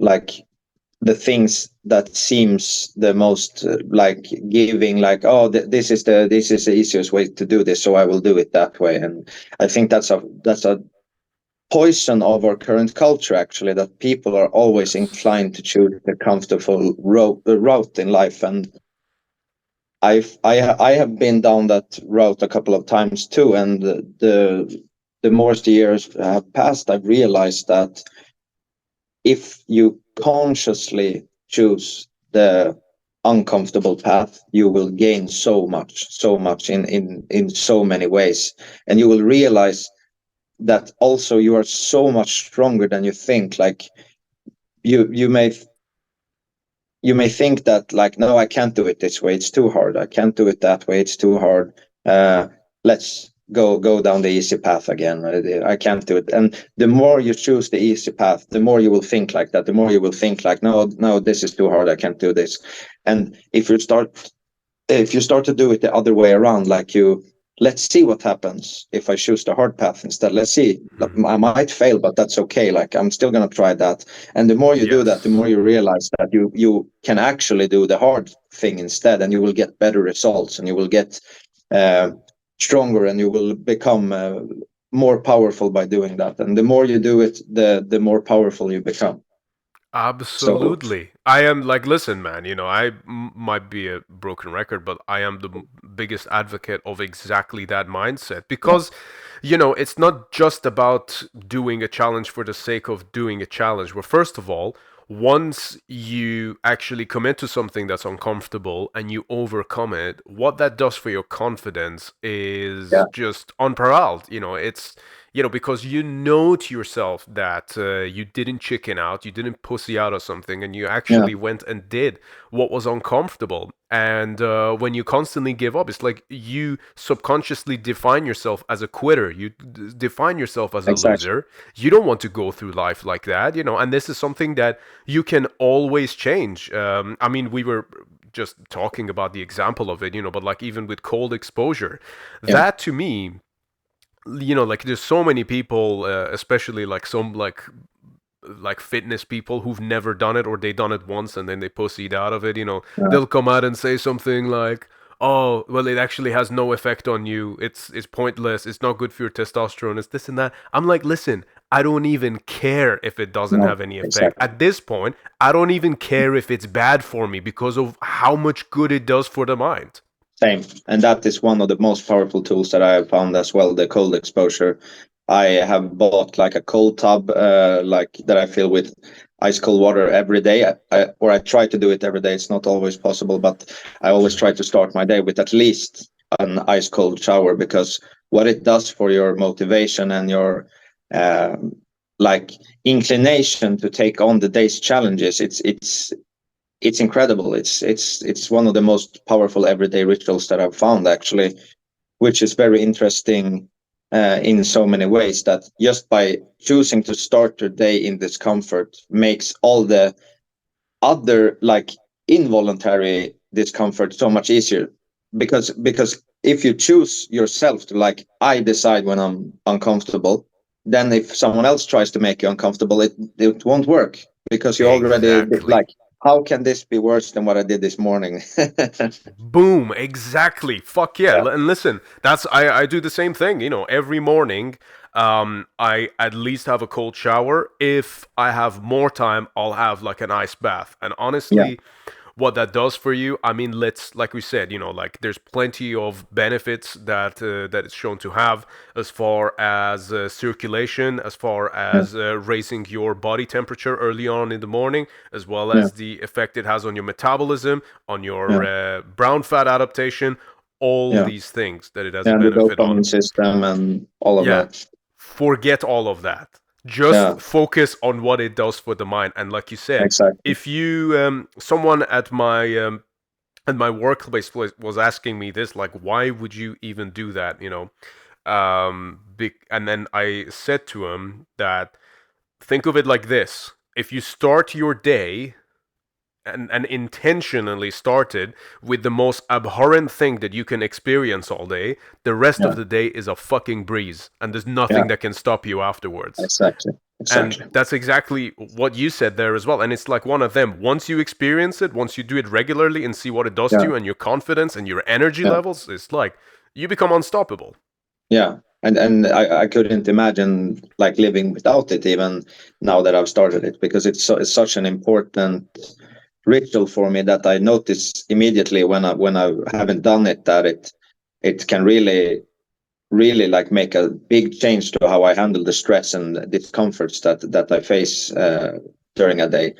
And like, it's also such a powerful thing to do if you're already stressed, if you're having a bad day, and you're feeling overwhelmed, and you just go into the shower and you like blast yourself with ice cold water, and you're completely refreshed. Like, you're uh, if you're tired or if you're stressed, all that goes away immediately, and you can really start over again to reconsider all these issues and problems that you have, and face them again in a new light. So it's really powerful. Absolutely, and I really have to say that I feel you. It's like since I've started doing it as well. I mean, when did you start doing this? I think it was maybe a year ago that I really started doing it regularly. Okay, sure. Yeah, yeah, and roughly about the same for me as well. I started just around the beginning of this year, and I thought I had already gone through my whole transformations with weight loss and Yeah. shit like that, But it's a life-changing thing, It's one thing I couldn't recommend anymore. And I have to say as well, the cold water in Uppsala hits fucking differently, way more to England, because I tried it when I was there every day, Yeah. man. I was like, holy shit.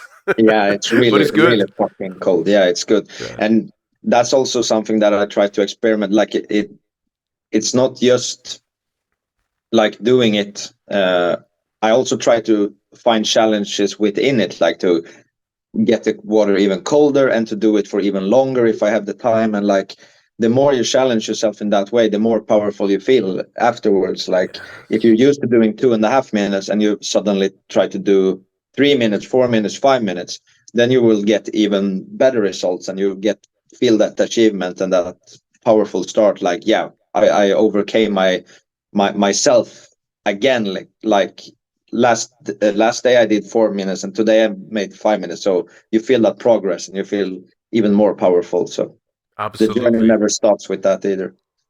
100%, man. So what's your PR then in the ice bath? I think like 9 Celsius at 6 minutes is what I've done the most. That's a lot. That's a lot. Yeah, Yeah. I mean, to be fair, I don't know what would have been the degree of the water that I was in. What I've started doing is I just do it in like a normal bath with like ice and whatnot. But what yeah, I've started doing is obviously when you go in there, what the water does, it depletes the heat out of your body. So then the yeah, ice starts to melt and everything. But what I've yeah, started to do halfway through, I drain out some of the water and then refill it with cold water again. And you yeah, really feel that when you do it, And yeah, that's a bit of a bitch. But with that, yeah. I've done about 15, 16 minutes. But I don't think it's as consistently cold as, let's say, having an ice bath that remains 9 to 10 degrees Yeah, Celsius. I and mean, there's that's like also you're practically freezing the whole fucking time. yeah. And I also noticed like if you're too still in the water, you create comfort like it. You get this thermal layer that you don't feel it. But if you try to start moving, you will get even colder. So I try to always not be still. Yeah. I try to move my legs and my arms a bit so that there's new cold water hitting my skin all the time, and that makes it even more painful, of course. And And it's it's so hard to it's do it because you fucking sometimes you just freeze, and then even if yeah, you try and move, your brain is just like, nah, bitch, you're already yeah, in it here. Just refuses. settle the fuck down. Yeah. you know. And that's also an interesting thing to overcome, like that almost reptilian instinct to get out of the situation, like to take control over that and not panic. And just like another thing that I found is very effective is different kind of breath work, and that's also something that you can use together with that stuff. Like you can practice those breath work things to get in control of your nervous system as you do this cold exposure things, and that makes it also a very interesting experience that you can actually manipulate your nervous system so much that even if you're in a panic situation, just by breathing in a certain way, you can overcome that. That actually really makes me think, because I was just watching an interview. Are you a fan of Vince McMahon at all? No, I don't recognize the name, I think. Okay, yeah, he's the CEO of basically the chairman of WWE. He's like the main Oh, guy in the wrestling business. And he's yeah, kind of one of them. And I look at him as a very good example of just being unbreakable as a human being. And I like it. Like as men, I think you're ought to be able to handle pressure. You're ought to yeah, be able to be a rock, not just to yourself, not to your own vision, but to the people around you as well. yeah, And I think it takes those internal challenges to be able to reach that place where you can do yeah, that. exactly. Yeah, and there is a very strong connotation to like you said, be a rock or be like the the people that other can rely on, and to be powerful to others. Like there's always that sense of responsibility as a man. I think that you should be able to provide to the people that you consider to be your family or close ones in one way or another. And I think it gives you some of that confidence and power to be that person and take that role when you're constantly challenging yourself and you're constantly putting yourself into discomfort. Like, and especially since I said, like, it's a poison to our culture right now that people are always choosing the comfortable path, and hence that makes you even more powerful to the people around you if you're the one who can take discomfort, then you can also help others to handle their discomfort, like when you have actually gone down this path and you started to work on that for yourself. And I'm actually impressed by how reluctant people are to being cold. Like, I've realized that now that Yeah. I've started doing this. Like, when I talk to other people about this, they're like, they can't understand it. They're like, what? No, I'm freezing all the time. I would never be able to handle that. And like, that mindset is, it's so interesting how weak people really are. Like, it's only water, it's cold, like, it's, what are you so afraid of? And that's when you realize how comfortable people have become. Like, they couldn't even imagine going outside without their jacket for 5 minutes when they're having a cigarette. Like, that's the level of comfort people have reached. And that's actually very frightening to me, actually, that people are so afraid of being uncomfortable. Comfort is a killer. Comfort, I Yeah. think, is the number one killer of everything that the humans are good for. Whether Yeah. it's having a dream, it's having compassion, it's having ambition, it's having anything, or Yeah. just the simple physical aspects of it. Yeah. Um, Comfort is the killer of all of those things, and Yeah, most I importantly, agree. I guess, comfort is the killer of our health, Yeah, which is, exactly. Exactly. yeah, And like, when people talk about, like, sugar is the cause of obesity, or fat, or hamburgers, or McDonald's, or blah blah, I would actually even go so far to say that comfort is the reason for all of these diseases and obesity and all of that, because that's the source of why you choose to eat too much, or don't go out and move your body or work out, or all. It's always comfort that's at the core, and it's always the being scared of getting out of your comfort zone or taking challenges, or because you're starting to overthink what will happen. No, it's too scary. I'm just going to do what I always known to do. I'm going to take this comfortable route. And like, that's the source of all these things. And even with, smoking cigarettes and like all of that's also comfort at the core somehow, that you want to comfort yourself. You want to have this almost like a pacifier, but instead it's a cigarette. Like, you always need to have it because you're scared and overwhelmed otherwise. And like, I think like, if people only started, because you don't have to, like, jump in a frozen lake immediately. You can start with just a little cold water and then work your way down, and then that's such a perfect uh, like, way to start getting comfortable with being uncomfortable. yes. And I think that every person needs this. I think everyone needs to start actually challenging themselves to be uncomfortable, because it's really frightening how scared people are being in discomfort. It's really interesting, actually, yeah, because I think that the more comfortable you are, I want people to think of it like this. Like, comfort is actually something you should be fucking terrified of. If something makes Yeah, you feel comfortable, you should be scared shitless of that thing. Because yeah, here's why. When you're comfortable, then it's easy to control you through consumerism. And I'll yeah, make an example of this that I just saw very recently. Um, I observe people all the time, like, even when I go on social media, a lot of times, yeah, I've got my own export of it, but really I go in because I like to observe people, sometimes by choice, sometimes not, but simply just by the choice of me actually being present on the platform and then happen to see something. And I remember seeing something where it was a study that was saying that, like, how bad vaping is for you, which is like, holy shit, who would have thought that, right? yeah, And then And then some fucking dimwit in the comments. I mean, I don't know this person, so perhaps I shouldn't insult them. But based on that judgment, that person was a fucking dimwit.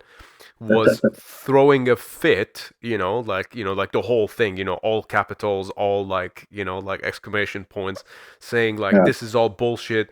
Vaping is absolutely fine. And you could see that this was just the result of this person getting triggered because they didn't want to quit vaping. Why? Yeah. Because it's something that made them It's a feel pacifier. comfortable.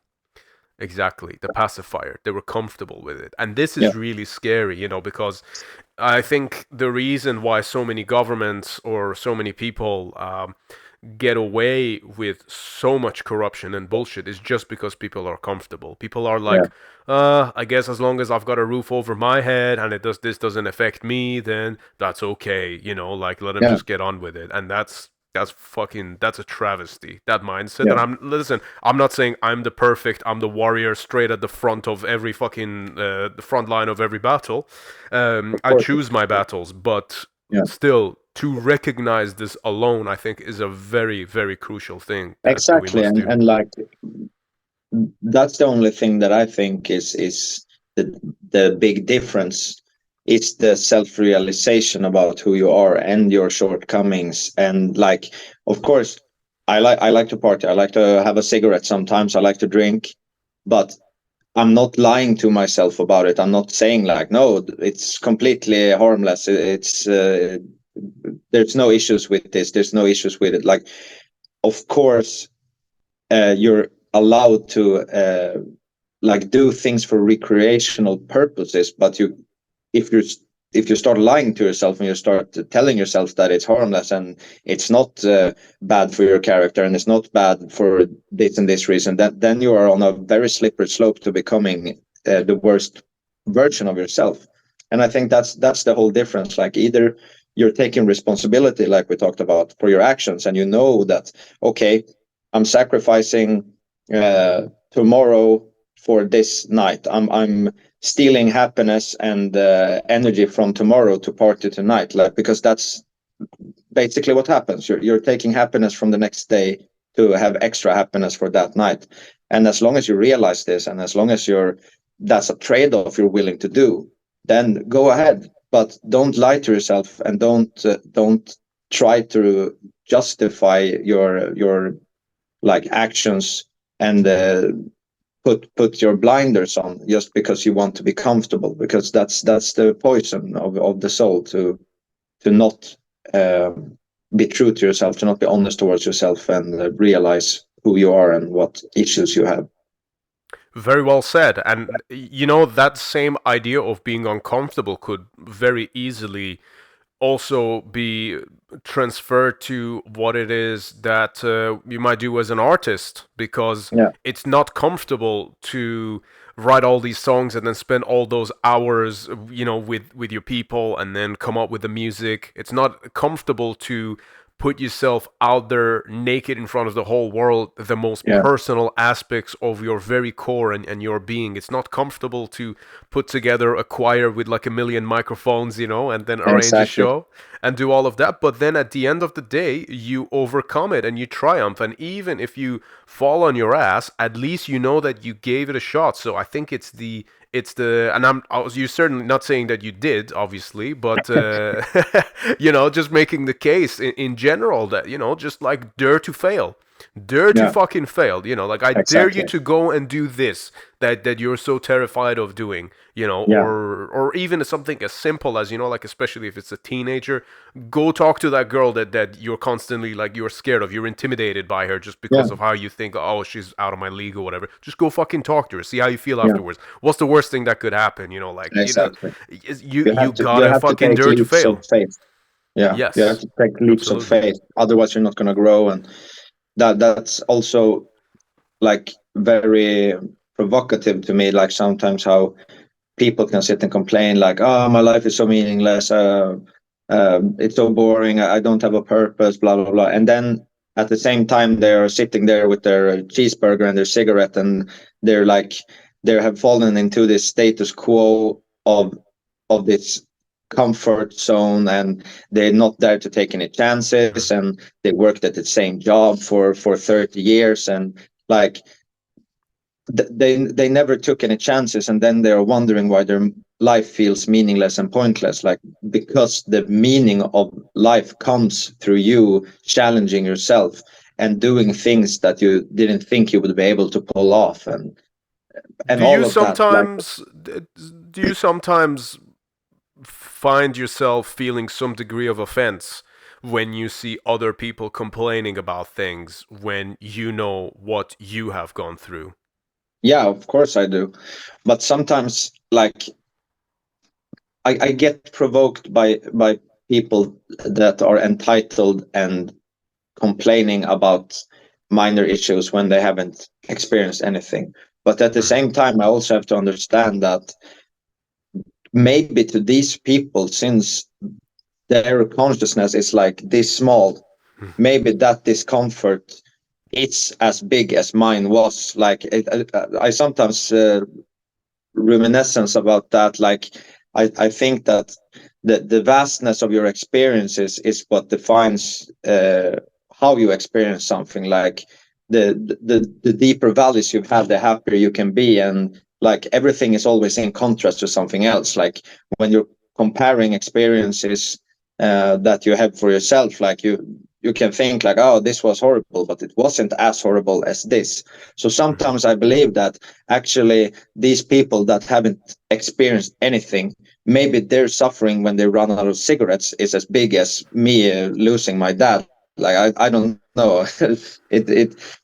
I sometimes think that maybe it actually works like that, because it's always depending on how you compare things. So I instead of getting too provoked, I try to feel sorry for them for actually not daring to get out of their comfort zone and experience things for themselves.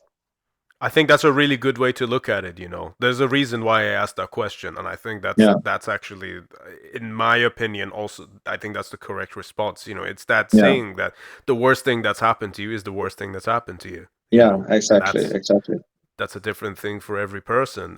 Yeah, Erik, first of all, this has been a fucking awesome conversation. it has been really. I guess, just to kind of wrap things up here, I'm gonna leave you with one question, and you can answer this however way you wish, obviously. Yeah. If there's one thing that you want people to take away from Mephorash, what is it? Ooh, that's a good one. Right on. I think that actually somehow it feels right to reply to this question in this particular instance with exactly the things that we've been talking about. Like, Mhm. try to dare to go out into the dark, try to explore yourself, try to explore what your capabilities are, um, try to dare to have horrible experiences, try to dare to explore the deepest and darkest sides of yourself, and really stop searching for comfort. Like, maybe my answer would have been different in a different setting, but now that we talked about all this, I think that's somehow the culmination of who I am, and also what the music represents. And with the release gig, with the choir, and like all the struggle and all the things, like that's true art, to struggle and be in pain to reach beauty. And I think that no matter if you're an artist or not, I think that you should really try to strive for something beyond this boring everyday life for yourself. Like, try to explore what you're capable of, because everyone's capable of way more than they are at the moment.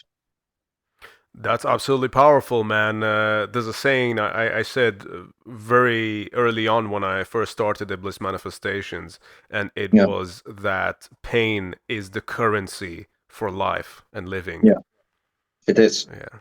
Erik, brother, what a fucking privilege it has been to have you on the podcast, man. I Yeah, thank you. really, It really was a enjoyed this blast. conversation. Yeah, same.